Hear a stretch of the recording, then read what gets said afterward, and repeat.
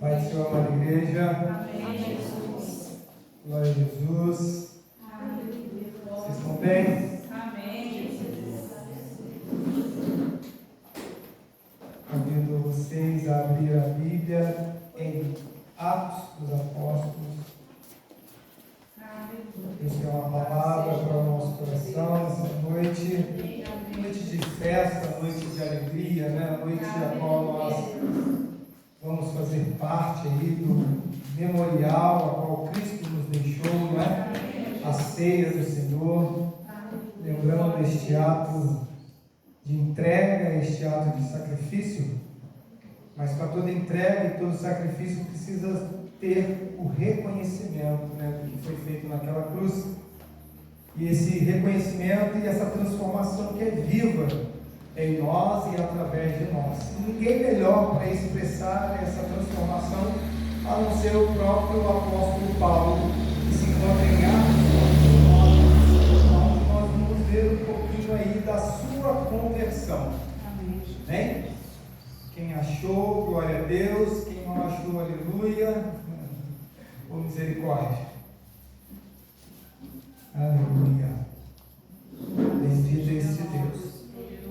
Lá então, no versículo 1, vai dizer assim: Saulo, respirando ainda ameaças e morte contra os discípulos do Senhor, dirigiu-se ao sumo sacerdote e lhe pediu cartas para as sinagogas de Damasco, a fim de que, caso achasse alguns que eram do caminho, assim homens como mulheres, os levasse presos para Jerusalém. Seguindo ele estrada fora, ao aproximar-se de Damasco, subitamente uma luz do céu brilhou ao seu redor, e caindo por terra, ouviu uma voz que lhe dizia: Saulo, Saulo, por que me persegues? E ele perguntou: Quem és tu, Senhor? E a resposta foi: Eu sou Jesus, a quem tu persegues. Mas levanta-te e entra na cidade, onde te dirão o que te convém fazer. Os seus companheiros de viagem pararam emudecidos, ouvindo a voz, não vendo, contudo, ninguém. Então se levantou Saulo da terra, e abrindo os olhos, nada podia ver. E guiando-o pela mão, levaram-no para Damasco. Esteve 3 dias sem ver, durante os quais nada comeu nem bebeu. Amém? Amém. Posso continuar? Amém. Ora, havia em Damasco um discípulo chamado Ananias. Disse-lhe o Senhor numa visão. O Senhor disse numa visão: Ananias. Ao que respondeu: Eis-me aqui, Senhor. Então o Senhor lhe ordenou. O que o Senhor lhe fez?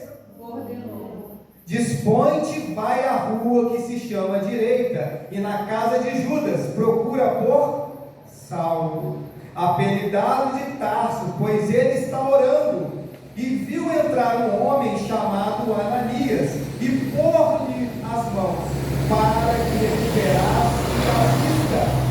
Ananias, porém, respondeu: Senhor, de muitos tenho ouvido a respeito deste homem, quantos males tem feito aos teus santos em Jerusalém, e para que trouxe autorização dos principais sacerdotes para prender a todos os que invocam o teu nome. Mas o Senhor lhe disse: Vai, porque este é para mim um instrumento escolhido para levar o meu nome perante os gentios e os reis, bem como perante os filhos de Israel, pois eu lhe mostrarei quanto lhe importa sofrer pelo meu nome. Então Ananias foi, e entrando na casa, impôs sobre ele as mãos, dizendo: Saulo, irmão, o Senhor me enviou, a saber, o próprio Jesus, que te apareceu no caminho, por onde vinhas, para que recuperes a vista e fiques cheio do Espírito Santo. Imediatamente lhe caíram dos olhos como que uma que tornou a seguir, levantou-se e foi batizado, e depois de ter se alimentado, sentiu-se fortalecido. Então permaneceu em Damasco alguns dias com os discípulos. Só o 16, volta o 16 aí. Vamos repetir todo mundo junto o 16? Amém? Pois eu lhe mostrarei quanto lhe é precioso sofrer pelo meu nome. esse foi um ensaio. Agora vai ser valendo, tá? Pois lhe mostrarei quanto lhe importa sofrer pelo meu Nome. Sente-se em nome de Jesus. Amém. Pai, a Ti seja a honra, seja a glória e seja o louvor. A palavra é Tua, Deus, o mesmo Espírito que inspirou, ó Pai, os homens, ó Pai, a escreverem, ó Pai, a Tua Santa Escritura. Ele se faz presente em nosso meio. Te pedimos, Espírito Santo, que nos revele o conhecimento e a verdade que está por detrás do texto, a qual o Senhor quer nos instruir, nos ensinar, nos capacitar e também nos exortar. É o que nós oramos, repreendemos todo principado, toda potestade, toda hoste espiritual da maldade, tudo aquilo que se levanta contra a Tua palavra, Deus, nós repreendemos e amarramos pelo poder que há no nome de Jesus. Amém? Se assente um pouco. Estamos diante de um texto muito importante do Novo Testamento. Por que digo que é um texto muito importante? Porque o texto vai tratar da conversão de um dos maiores evangelistas do Novo Testamento. Um dos maiores. Eu não falei que ele é o único, porque tiveram vários outros evangelistas, homens que se converteram e entenderam qual era o significado de seguir a Jesus. Estar diante desse texto, a qual vai narrar, a qual vai descrever a história do homem mais famoso, diríamos, do Novo Testamento.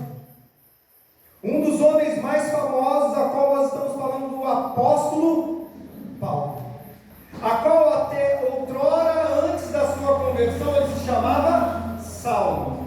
Ele era Saulo de Tarso. Ele era o homem que perseguia. Ele era o homem que maltratava. Ele era o homem que jogava na prisão. Ele era o homem que blasfemava contra o poder do Deus Todo-Poderoso que estava em operação em Jerusalém, em todo o território da Judéia. Era o poder de Deus que estava sendo manifesto através de Jesus Cristo, através do próprio Filho de Deus. Mas é importante frisar e entender que até esse ponto o Evangelho ou o cristianismo, que era a pregação do Cristo naquele momento, ele era descrito ou entendido como uma falsa doutrina. Amém? Então Cristo era visto como um falso profeta. Diante dos romanos, diante dos gregos, diante dos filósofos, aquela era uma das maiores heresias que ele já tinha ouvido em toda a sua história. Porque quem era aquele que vinha em nome de Deus e falava em nome de Deus? Quem era aquele que ousava chamar Deus de Pai? Algo que não era comum para os próprios judeus e nem para o povo religioso. Os saduceus, os fariseus, aqueles homens que eram entendidos da letra, entendidos da Torá, entendidos de todo o conhecimento das Escrituras, agora estavam sendo confrontados por algo muito a mais do que a superficialidade das Escrituras. Eles estavam sendo confrontados pela intimidade que um homem e uma mulher pode ter com o Deus Todo-Poderoso. Com um Deus que não só é um Deus Todo-Poderoso, mas é um Deus que se chama de Pai. E é um Deus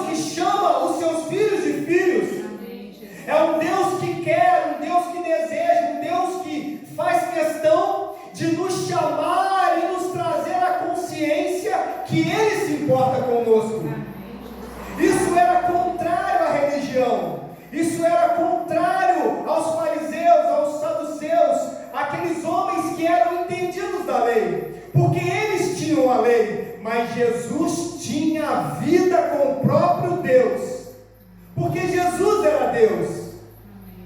Mas naquele momento houve um conflito da verdade contra a mentira, porque quando os doutores da lei queriam viver a promessa só da lei, ou só a lei em si, mas ainda não entendiam que a lei também apontava para a promessa, porque a lei apontava para Cristo, apontava para o Filho de Deus que viria nascer da Virgem Maria. Eles não entendiam essa parte, mas eles eram entendidos da Torá, não eram?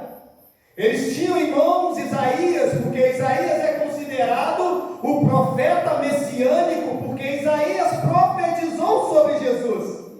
Aonde estavam então os doutores da lei que eram entendidos das Escrituras, mas não tinham a sensibilidade do poder do Espírito que estava operando na vida de Jesus Cristo? E eles acharam mais fácil então, por inveja, por egoísmo, por religiosidade, dar cabo da vida do próprio Filho de Deus. Armaram laços, armaram ciladas, em todo tempo queriam matar Jesus, mas em todo tempo Jesus se desvencilhava das armadilhas, porque não era ainda o momento de Jesus ser entregue na cruz. Mas no momento certo, Jesus já preparava os seus discípulos a respeito da morte na cruz. E a morte da cruz se concretiza aonde Jesus morre, aonde Jesus é entregue, aonde Jesus ele cumpre a palavra que ao terceiro dia ele ressuscita e anda com os discípulos ainda ensinando por mais 40 dias. A palavra se cumprindo mediante a profecia já do começo da Bíblia, que diz que aquele que nasceria da mulher pisaria a cabeça da serpente. O próprio Cristo já era mencionado em Gênesis e estava em escalada em Gênesis, e vem todo o livro da Bíblia encerrando ali ou começando um novo tempo. Porque Evangelho é novidade de vida, e Jesus era essa novidade. Jesus estava botando uma pedra naquilo que era velho e começando algo novo no meio daqueles que queriam ser renovados, daqueles que queriam ser transformados, porque não se pode colocar remendo novo em odres velhos. Tem muito cristão, tem muito religioso querendo viver do passado, querendo viver da lei, querendo viver da punição, querendo viver só daquilo que pode trazer, querido, dor e angústia do passado. O passado já passou. Agora, Deus nos diz em Isaías que Ele faz tudo novo. As velhas coisas passaram, eis que eu faço tudo novo. Mas fariseu, saduceu, os religiosos estavam querendo continuar manipulando a lei, ou seja, queriam manipular o próprio Deus naquilo que Ele mesmo criou, mas não podem manipular Deus. Deus não é manipulado, Deus não é fantoche. A religião tenta, mas não consegue manipular a Deus. E nesse momento, desse pano de fundo, que estamos falando de um fariseu, porque o apóstolo, ou o Saulo, ele era fariseu. Ele era fariseu desde pequeno, desde nascença. Ele veio sendo instruído em toda a religião de um homem famoso que o instruiu, Gamaliel, um dos homens mais importantes daquela época. Ele era instruído. Interessante que dentro disso tudo, o homem então ele tinha letra. Saulo tinha o conhecimento da letra. Saulo sabia grego, sabia hebraico, sabia aramaico. Saulo sabia falar vários idiomas e várias línguas, mas ele ainda não entendia a língua do Espírito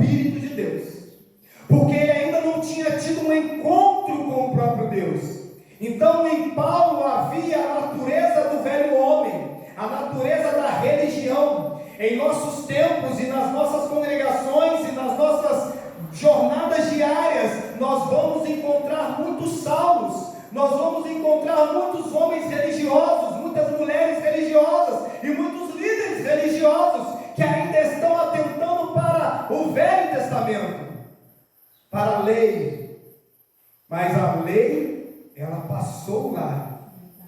E agora nós vivemos o tempo da graça. Amém, Jesus. Aplicado na promessa do próprio Deus. Aleluia. Então Saulo, a Bíblia diz que Saulo, ele respirava. Olha o versículo que está dizendo aí. Respirando ainda ameaças e morte contra os discípulos de quem? Contra os discípulos do Senhor. O religioso estava respirando ameaças de morte para matar aqueles que eram escolhidos do Senhor. E no meio do seu plano, no meio do seu projeto de dar cabo aos discípulos do Senhor, a Bíblia vai relatar então que quando ele sai para cumprir aquela missão, ele encontra no caminho de Damasco, ou ele tem um encontro com o verdadeiro Deus que ele não conhecia. Não era mais o Deus da letra, agora era o Deus verdadeiro. Era o Deus em carne e osso. Era o Deus que saltou da Bíblia, porque a Bíblia vai dizer que antes ele era o Verbo, antes ele estava com Deus, mas ele se tornou carne. De verbo, de palavra, ele se tornou carne e habitou entre nós. Foram trechos que Paulo deixou ali muitas das vezes de refletir na própria instrução da Bíblia, que o Filho de Deus viria, que o Filho de Deus se manifestaria para trazer a vontade de Deus na terra. É interessante que Paulo não estava lutando contra os discípulos. Entenda bem, amada igreja, aquele que se levanta contra nós, contra a obra de Deus, contra aquilo que estamos fazendo para Deus, não se levanta contra homens, ele se levanta contra o próprio Deus. É isso que o texto deixa claro, porque Saulo estava respirando ameaças de morte para prender, para matar, para açoitar os discípulos do Senhor. E é importante falar que discípulo tem a sua conotação daquele que segue, daquele que serve, daquele que obedece. Se nós estamos enquadrados dentro desse desfecho de discípulo, daquele que segue, daquele que obedece, daquele que renuncia, ele é de fato um discípulo de Jesus. Mas aquele que diz que segue Jesus, que segue, que sacrifica, mas isso não é demonstrado nas suas obras, porque nós estamos vivendo o tempo dos frutos. A árvore nós conhecemos pelo fruto. Nós sabemos que árvore é, que espécie ela é, o que fruto ela dá. Nós sabemos que árvore é essa. Não pode dar árvore que ela é a manga, ela dá goiaba, que ela é figo, ela dá outro tipo de fruta. Não! Assim também a Bíblia deixa clara como cristão, não pode jorrar duas águas da mesma fonte. Se nós somos discípulos de Jesus, de nós vai jorrar a água limpa, a água que purifica, de nós vai jorrar o amor, vai jorrar a alegria, vai jorrar a paz, porque Jesus diz, quando tiver com homens, tem de paz com todos, o próprio apóstolo que declara isso. E muitas das vezes nós temos visto que muitos ainda não entenderam, não geraram a consciência do que é de fato ser um escolhido ou um discípulo de Jesus. Estão vivendo a mesma natureza de que um dia antes não tinham conhecido Jesus, mas hoje conheceram a Jesus, mas não mudaram a sua mentalidade como a irmã leu. Não vos conformeis com este mundo, mas transformai-vos conforme a revelação do vosso entendimento. Apresentai os vossos corpos como o sacrifício vivo e agradável a Deus, para que entendeis qual é a boa, perfeita vontade de Deus. E tem gente que não entende isso, entra na igreja, sai da igreja, recebe bênção, recebe muitas coisas, mas não morreu o velho homem, continua com as mesmas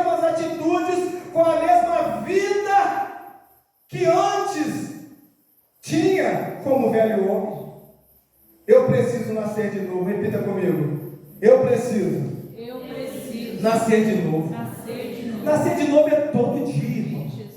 Por isso que é a ceia do Senhor. Nós vamos precisar fazer uma autoanálise de nós mesmos nesta noite e ver que pecado está me prendendo, que pecado é esse que me acorrenta, que pecado é esse que não me deixa ser livre em Cristo, porque em Cristo eu sou livre. O pecado não tem mais domínio sobre nós. Isso é Bíblia. E tem irmãos que falam, não, irmão, não consigo sair do pecado. Consegue, claro que consegue. A Bíblia vai dizer, conhecereis a verdade vos libertará. Então está faltando o quê? Comunhão com Deus, oração, intimidade, jejum. Está precisando descer na olaria. Lá em Jeremias 18, o profeta fala, Deus fala para o profeta, desce na casa do oleiro, porque lá eu falo contigo. Você quer ser transformado? Não é varinha de condão não, irmão. Não é dar um toquezinho na cabeça, você é um novo cristão não. É pagar o preço, é descer na olaria, é orar, é jejuar, é se rasgar diante de Deus e falar assim, Senhor, eu não aguento mais viver o velho homem. Eu quero viver um novo homem, uma nova mulher, um novo jovem, um novo adolescente. Eu quero saber quem é o Senhor de verdade na minha vida. Muitos, Senhor, dizem que o Senhor fala, que o Senhor é vivo, que o Senhor é poderoso, mas eu ainda não entendi. Isso é viver uma sinceridade diante de Deus. Isso é rasgar o coração, mesmo não entendendo, porque Deus, Ele não rejeita um coração quebrantado, amada igreja. Eu preciso abrir mão, querido, de alguma coisa, para que o novo de Deus venha fluir através de mim. E Paulo, coitado, achava que estava fazendo a coisa certa. Saulo achava que estava no caminho certo, prendendo então aqueles que se diziam do caminho. Porque aqueles que anunciavam o Evangelho, eles iam passando pelos caminhos, Jerusalém, ali Damasco, e todo o território ali, eles iam anunciando Jesus Cristo. Então eles eram chamados os do caminho. Os discípulos eram o do caminho. O caminho que passava, ele deixava um rastro de cura, um rastro de salvação, um rastro de libertação, um rastro de conversão. E hoje nós estamos deixando qual o rastro? O rastro da contenda, da inimizade, da fofoca, o rastro da inveja, o rastro, muitas das vezes, querido, o rastro, querido, da rebeldia, o rastro da insubmissão. Esse é o rastro que muitos que não conhecem a Deus estão deixando para trás e escandaliza a igreja e põe o nome de Cristo a perder na lata do lixo. Passa por mim tudo isso? Também, porque eu também preciso fazer uma autoanálise dos meus rastros que eu estou deixando para trás. Eu não posso ser hipócrita, eu não sou santo, que santo é Jesus, eu estou no caminho da santidade. Eu também sou imperfeito. Eu não estou pregando perfeccionismo. Eu estou pregando algo que é possível. É possível nós transformarmos as nossas atitudes em atitudes que glorifiquem a Deus. Mas só vai conseguir, querido, quando nós tivermos de fato um encontro com Ele. Quantos desejam ter um encontro com Ele? Levante sua mão. Eu desejo, fale comigo. Eu desejo ter um encontro com Jesus no caminho. Ele vai te pegar no caminho. Pode ficar tranquilo. Mesmo que você não tenha força para começar a cavar essa trincheira da intimidade. Paulo estava no caminho oposto, na contramão do Evangelho. Cristo pegou ele no caminho. Sem ele desejar. Deus, quando quer fazer uma obra na vida de qualquer ser humano, entenda bem, mesmo que você não queira, Deus vai fazer. Deus vai te levar no mais profundo abismo, e ali Deus vai te mostrar quem Ele é de verdade. Assim era na vida de Saulo. Então Saulo teve um encontro com quem? Com Jesus. E naquele momento, quando o versículo 3 vai seguindo ele estrada fora, ao aproximar-se céu brilhou ao seu redor, no versículo 3, e caindo por terra ouviu uma voz que lhe dizia: Saulo, Saulo, por que me persegue? Jesus fez uma pergunta para Saulo, por que me persegue? Saulo, ele vai ali perguntar, e vai falar: quem és tu? Porque não conhecia a voz do Senhor. Quem és tu? Vamos dar um crédito para ele, que ele não é convertido, né? Não conhecia a voz de Deus, mas os discípulos conheciam a voz de Deus. Nós devemos e temos a obrigação, entenda bem, de ouvir e entender a voz de Deus, porque Jesus disse que as ovelhas ouvem a minha voz. As ovelhas ouvem a minha voz. São muitas vozes que tentam tirar o foco da voz de Deus. Vozes da dúvida, vozes da incredulidade, vozes da incerteza, vozes do desespero, vozes da incapacidade. Mas a voz de Deus é uma voz que não pode ser, querido, confundida. Porque a Bíblia disse que as ovelhas conhecem a sua voz. Amém? Então Paulo não sabia que era o próprio Cristo que estava falando com ele, mas ele sentiu o poder do próprio Cristo quando aquele sol veio, aquela luz brilhou em seus olhos, ele caiu do cavalo, porque ele estava montado em um cavalo, caiu em terra e não conseguiu levantar. A Bíblia então vai dizer no versículo 6, no versículo 5, ele perguntou, e respondeu e foi: eu sou Jesus. Saulo perguntou: quem és tu? E ele respondeu: eu sou Jesus, a quem tu persegues. Voltando de novo no texto lá em cima, os religiosos, quando estão nos perseguindo, quando estão nos caluniando, quando estão nos defamando, quando eles querem acabar com a obra que nós estamos realizando, não é contra nós, é contra Jesus. E tem muito crente que acaba abaixando a guarda, desistindo da obra, desistindo da missão, porque ele não entende que quem guerreia as suas guerras é o próprio Jesus. Ele não entende que ele não precisa tomar as dores de Jesus. Ele não precisa defender o Evangelho. Ele não precisa arrumar brigas argumentativas, como diz a palavra de Deus, jogando pérola aos porcos. Eu fazia isso no começo da minha conversão. Eu queria brigar por causa de Jesus. Eu queria rebater e refutar todas as ideologias contrárias ao Cristo. Mas eu sabia que eu estava jogando pérola aos porcos, porque não adiantava nada. Porque não é pelo convencimento da palavra, é pelo convencimento do Espírito de Deus. Quem convence o homem do pecado, da justiça e do juízo é o Espírito de Deus. Eu só vou argumentar e falar e ponto. Eu não vou debater, eu não vou brigar, eu só vou anunciar. E é isso que nós aprendemos no meio do caminho, porque nós nos tornamos maduros. A imaturidade, ela faz parte do crescimento. A imaturidade, ela faz parte do processo.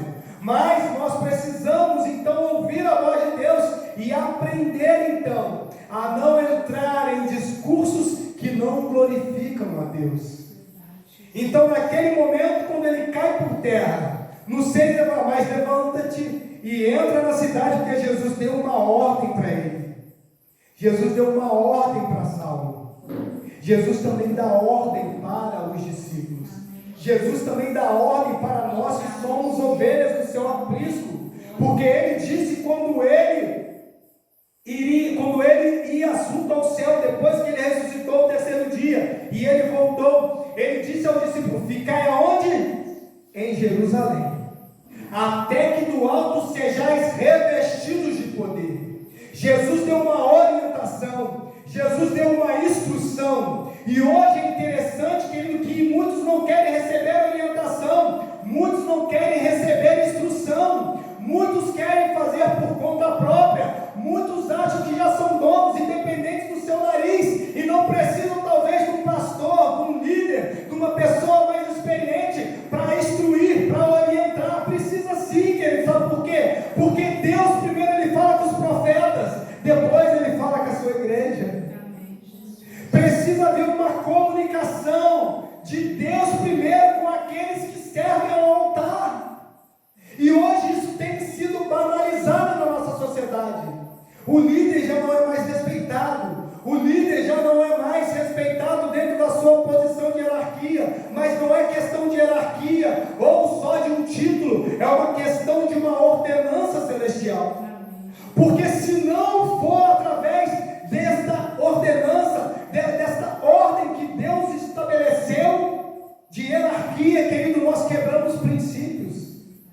Porque não precisaria então ter líder, não precisaria ter pastor, não precisaria ter pai, não precisaria ter mãe, não precisaria ter patrão. Não é isso? Seria tudo então uma bagunça.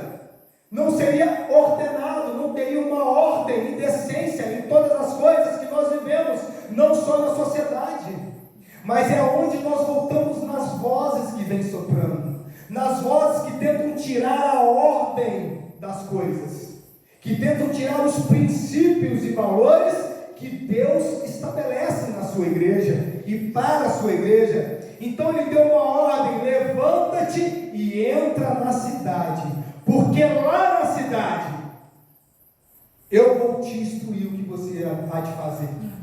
Ele poderia instruir Saulo ali no caminho, poderia falar: eu sou Jesus de Nazaré, eu ressuscitei, estou aqui, agora você se converte, não é? Ele já estava convertido, irmão, naquele momento que ele encontrou, ficou cego. Ele já viu o que muitos não viram, teve um encontro direto com Jesus depois de ressuscitado. E naquele momento ele ainda é instruído aí para a cidade, entrar na cidade, na casa tal, estar ali para poder receber mais instruções. Interessante que Deus levanta um homem chamado Ananias. Ananias, um homem piedoso, um homem que estava em constante devoção a Deus e oração, buscando a Deus, e ele ouve Deus falar com ele. Deus falou com Ananias e falou: Ananias, existe um homem por nome Saulo que está te esperando, porque ele te viu em visão, você entrando e botando a mão na cabeça dele para restaurar a visão dele. Deus já tinha revelado para Paulo, agora revela para Ananias, porque Deus é o Deus que revela.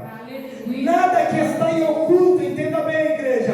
Tudo aquilo que eu faço em trevas, em oculto, eu acho que Deus não está vendo, Deus está vendo tudo. E Deus espera que eu e vocês venhamos nos arrepender daquilo que nós fazemos em oculto, daquilo que o homem não pode ver, que o pastor não pode ver, que a sua esposa, que seu marido não pode ver, que seu pai não pode ver, que sua mãe não pode ver. Deus, ele vê todas as coisas. E Deus, ele dá tempo de nós nos arrependermos daquilo que fazemos em oculto, para que nós não sejamos ali entregues à perdição. Porque a vontade de Deus é que nós venhamos nos arrepender e nascer de novo e ser um novo homem e uma nova mulher. Então, naquele momento, a Bíblia diz então que Ananias, ele tenta dialogar com Deus, ou questionar Deus, vamos questionar, né? Ele questionou Deus, mas Deus, mais ou menos assim: você está louco que eu vou bater na porta daquele homem, que ele é um homem impiedoso, ele é um matador, ele está matando os meus irmãos, os teus discípulos, e o Senhor quer que eu vou encontrar com ele?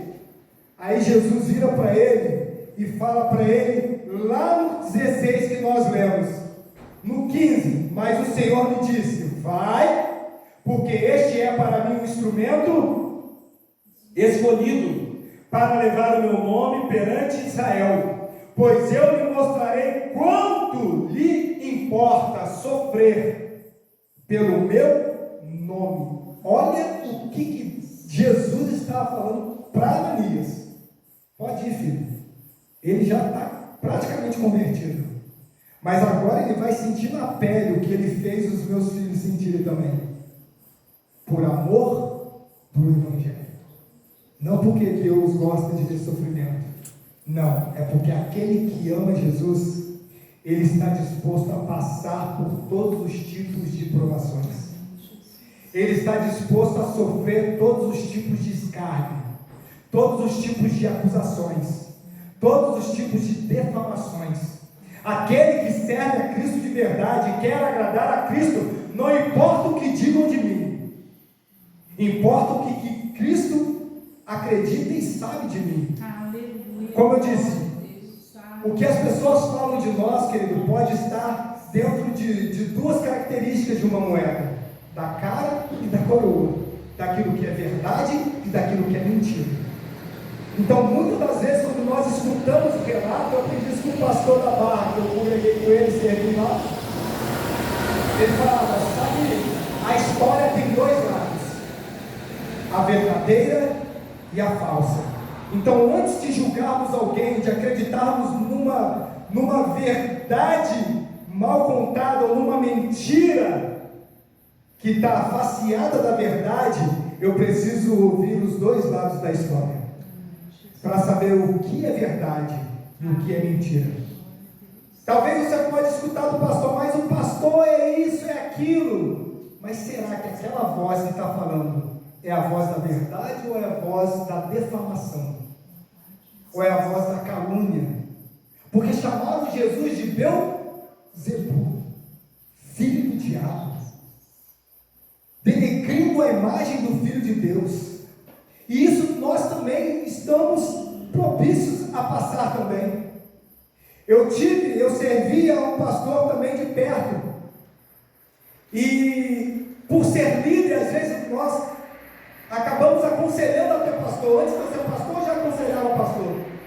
E esse pastor, quando ele passou por vários problemas na sua caminhada, e ele teve uma ovelha rebelde, porque tem ovelha rebelde, né? E essa ovelha, ela passou por um processo de libertação, um processo de cura, foi tirada aí da religião, né?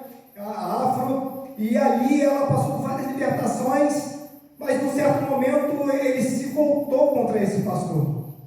E o diabo usou de uma forma essa pessoa que começou a denegrir a imagem do pastor. Foi na porta da casa do pastor, chamou o pastor de tudo quanto é nome, e assim foi embora. E o pastor não estava em casa naquele fato que aconteceu. A família contou o que aconteceu, e esse pastor me ligou desesperado: eu preciso conversar com você, tal, onde você está? Eu falei: eu estou em casa, vem me buscar aqui. E quando chegou lá, ele me contou todo o relato, e o pastor estava irado, porque ele é homem, né? Nós somos homens, seres humanos, nós passamos pelas mesmas dores, sofrimento, a gente ira, né? Nós não pequenos, a gente diz assim, ele estava irado, e queria resolver aquilo no braço, né? E queria pegar o cidadão e dar um sacode no cidadão. E eu fui instrumento de Deus para falar para ele: calma, rapaz, vamos acalmar esse espírito aí que está agitado, vamos acalmar isso daí, porque você está meio sanguíneo, você é sanguíneo, né? Então vamos acalmar isso, esse temperamento seu. E fui conversando com ele, e dentro disso eu consegui trazer ele à realidade daquela ovelha que estava ali, tentando denegrir a imagem dele, porque era mentira. E a única coisa que eu lembro que eu falei para ele: rapaz, você sabe quem você é? E já é o suficiente. Se ele falou que você é isso, aquilo, não importa o que ele falou. O que ouviram, Deus vai levar com o vento. O seu testemunho e a sua vida é que diz quem você é de verdade. Não se importe com a acusação. E dali ele ficou bem, acalmou os ânimos, e a gente voltou a conversar, mas na paz, porque o ânimo estava quente, né? Porque ele queria debater. Então isso é só um exemplo que a gente tem, queridos, de muitas das vezes de pessoas que tentam de fato denegrir a nossa imagem. Mas a de Paulo era de Paulo, né? Já estava denegrida, né? Ele matava mesmo, ele perseguia, ele açoitava, ele prendia, ele humilhava. Mas naquele momento ele se encontra com Jesus e se converte. E ele tem, na verdade, então ali a conversão e a convicção de quem era Jesus. Amém. E havia uma dor muito grande no coração de Paulo, porque ele havia um arrependimento tão profundo no coração dele, que ele disse, ele acho que declarava como salmista: o que eu darei ao Senhor por todo o benefício que ele tem me feito? E ele via porque ele maltratou a igreja de Cristo, ele perseguiu. Então a única forma dele ser grato a Deus agora era se convertendo de verdade e anunciando o Evangelho até o seu último momento de vida. Por isso que ele fala que eu não vivo mais, mas Cristo vive em mim. É isso que ele declara. É tão lindo quando a gente cita esse versículo, né? Eu não vivo mais, mas Cristo vive em mim. Mas Paulo passou por apedrejamento, Paulo passou por prisão, Paulo foi mordido por uma serpente na ilha de Malta, Paulo foi espancado quase até a morte, arrastado da cidade e jogado para fora da cidade. E mesmo assim, Paulo não desistiu de anunciar o Evangelho. Por isso que ele é um dos grandes evangelistas que escreveu a maioria dos evangelhos que está em nossas mãos. Porque Paulo, de fato, foi o homem que se entregou ao Evangelho. Eu lhe mostrarei o quanto ele deve padecer pelo meu nome. A pergunta para fechar: o quanto nós temos padecido pelo nome de Cristo? Quais são as afrontas, as calúnias que eu e você nós temos enfrentamos por amor a Cristo? É por amor, não é obrigação não, tá? Eu não sofro por obrigação, eu sofro o Evangelho por amor. Por isso que Paulo, em um dos seus textos emblemáticos também de frase, ele fala: porque eu tenho as marcas de Cristo.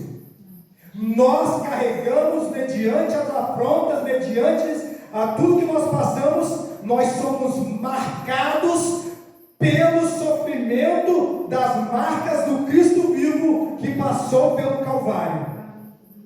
Então nós podemos muitas das vezes dizer: Senhor, obrigado, porque eu sou um cristão legítimo, porque eu estou sendo marcado pelo sofrimento, marcado pela dor, mas eu não desisto de ti. Contigo eu vou até a morte, contigo eu dou a minha vida, mas eu não vou desistir de continuar o caminho que conduz à salvação, e também não vou desistir de anunciar o Evangelho para aqueles que precisam ouvir. Por isso, se coloque de pé, querido. Naquele mesmo momento, Ananias, ele entra na casa e pôs a mão sobre Saulo, e ele declara ali, e ele vai falar: Saulo, irmão, ele chama Saulo de irmão já, o Senhor me enviou a saber, o próprio Jesus, que te apareceu no caminho por onde vinhas, para que recuperes vista e fique cheio do Espírito Santo. A Bíblia diz que foi imediatamente, lhe caíram dos olhos como umas escamas, e tornou a ver imediatamente. É a palavra de Deus para mim e para você nesta noite. Aquilo que ainda ofusca, aquilo que ainda causa uma névoa na nossa visão espiritual, que não conseguimos discernir ainda o propósito de Deus, Deus vai jogar por terra imediatamente através dessa palavra. Você acredita? Então feche os seus olhos, comece a falar com Deus, e nós vamos orar por você já, para que você comece a se colocar diante de Deus, diante de tudo que você ouviu, daquilo que é ainda um empecilho, um embaraço, aquilo que atrapalha a sua intimidade com Deus e a sua comunhão. Fale com Ele, pode falar o seu íntimo com Deus. Pai, em nome de Jesus, nesta noite, nós nos rendemos a Ti. Nós, ó Pai, nos colocamos diante de Ti, porque um dia, Deus, nós fomos como Saulo. Um dia nós perseguimos, um dia nós açoitamos, um dia nós matamos a fé de alguém, um dia nós matamos a esperança, porque nós éramos apenas religiosos. Mas hoje, Senhor, nós viemos para a Tua maravilhosa luz. Hoje o Senhor, ó Pai Santo, nos fez cair do cavalo, porque o cavalo representa o orgulho, o cavalo representa a prepotência, o cavalo representa a soberba, o cavalo que estamos muitas das vezes em pé, Senhor, representa, Senhor, a falta, Senhor, de humildade. Por isso, Senhor, em nome de Jesus, que todos esses espíritos citados, ó Pai, da incredulidade, da incerteza, da dúvida, Senhor, venha cair por terra em nome de Jesus imediatamente, porque, ó Pai, é no nome que está acima de todo nome, é no nome que tem poder. A Tua palavra nos diz que todo joelho se dobrará, toda língua confessará que Jesus Cristo é o Senhor. Todo império das trevas, ó Pai, não pode, Senhor, parar, não pode parar a Tua igreja, não pode parar aqueles que são chamados, escolhidos, lavados, remidos pelo sangue de Jesus.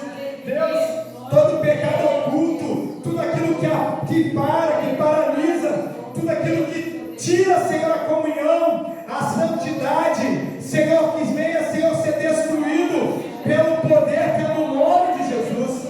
Que, Senhor, ao fazer parte da mesa do corpo de Cristo, os Teus filhos sejam renovados, restaurados, curados mentalmente, curados psicologicamente, curados fisicamente. Que o Teu nome, Senhor, seja exaltado. Que, Senhor, esta igreja venha ver o fluir, ó Pai, da Tua mão poderosa. Que os Teus anjos acampem, Senhor, ao redor dos Teus filhos, livrando, guardando, Senhor, e provendo tudo aquilo que os Teus filhos precisarem. Assim, ó Pai, nós oramos. Assim, ó Pai, nós, ó Pai, também Te agradecemos por tudo que o Senhor tem feito, em nome de Jesus. Aleluia. Você pode aplaudir o Senhor? Aleluia.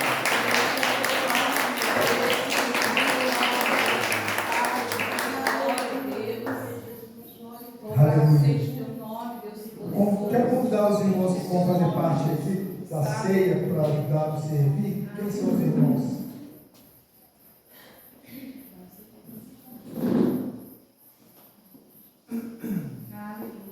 Aleluia. Nós vamos estar consagrando então os elementos.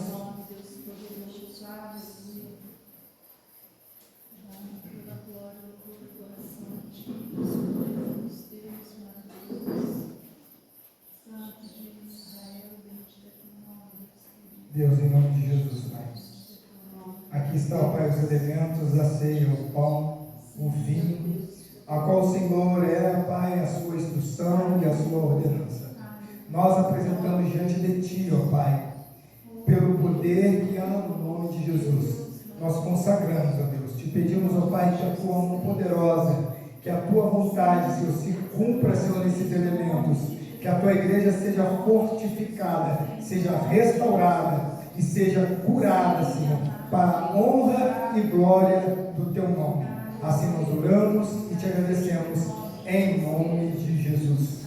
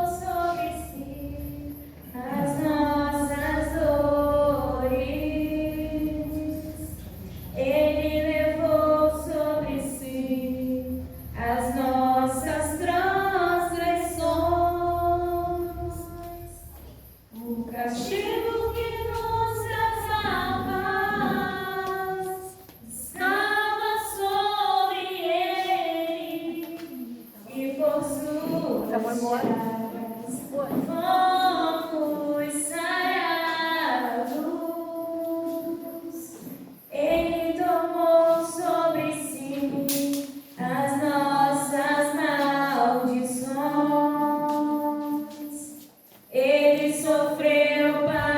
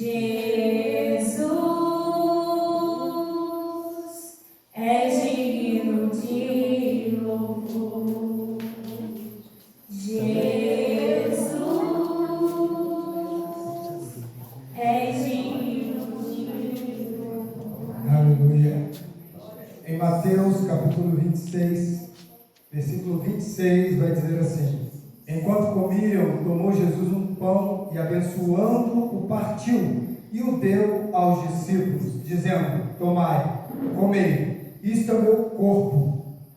Amém? Esse é o pão, possa comer em nome de Jesus.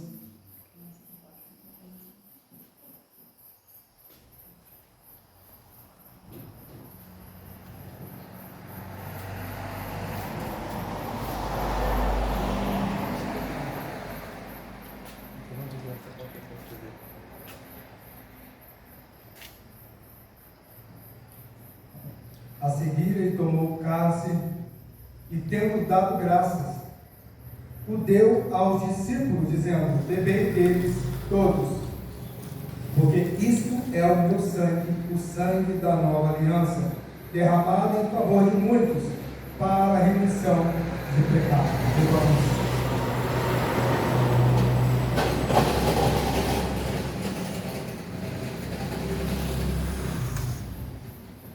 Aleluia. Feche seus olhos. Você pode se expressar, dar glória a Deus, aleluia. Pode expressar palavras de um Deus bom, porque Deus é bom, Deus é misericordioso. As suas misericórdias são a causa de nós não sermos consumidos. Te agradecemos, Deus, te louvamos, Deus, nesse momento especial, Deus, a qual o Senhor instruiu. Fazer isso em memória de mim. Em memória, trazer a recordar aquilo que foi feito, este ato da comunhão, esse ato da entrega, era o ato final para a cruz do Calvário, aonde Jesus, ele instrui os discípulos a todas as vezes que se reunirem, para que pudessem estar trazendo à memória este ato tão importante.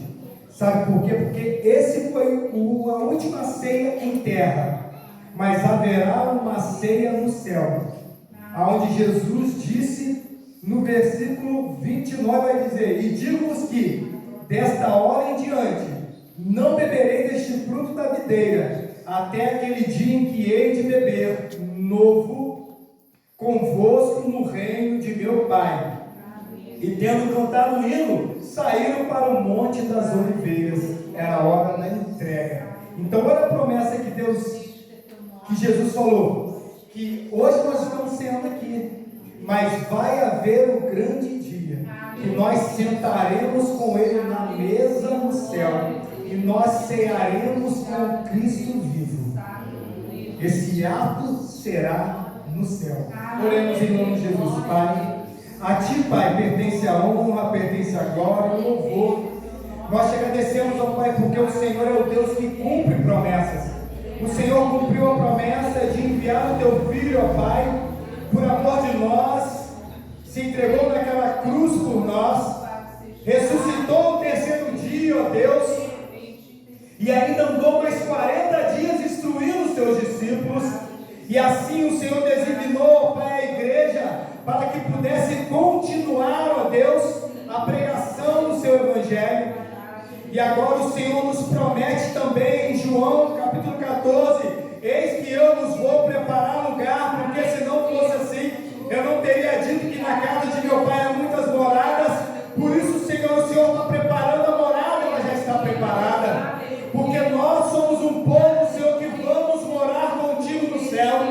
Por isso, Senhor, fortalece-nos, reveste a nossa armadura espiritual, o capacete da salvação, a espada do Espírito, o escudo da fé, calça os nossos pés com a bota do Evangelho, reveste os nossos lombos com a verdade, para que possamos continuar a jornada, para que possamos continuar glorificando o Teu nome e batalhando uma batalha digna, Pai, de um guerreiro, para que possamos, ó Pai, estar contigo na hora marcada, no dia marcado, como cumprirmos o nosso tempo aqui. O que queremos é estar contigo. Por isso nós oramos e te agradecemos em nome de Jesus.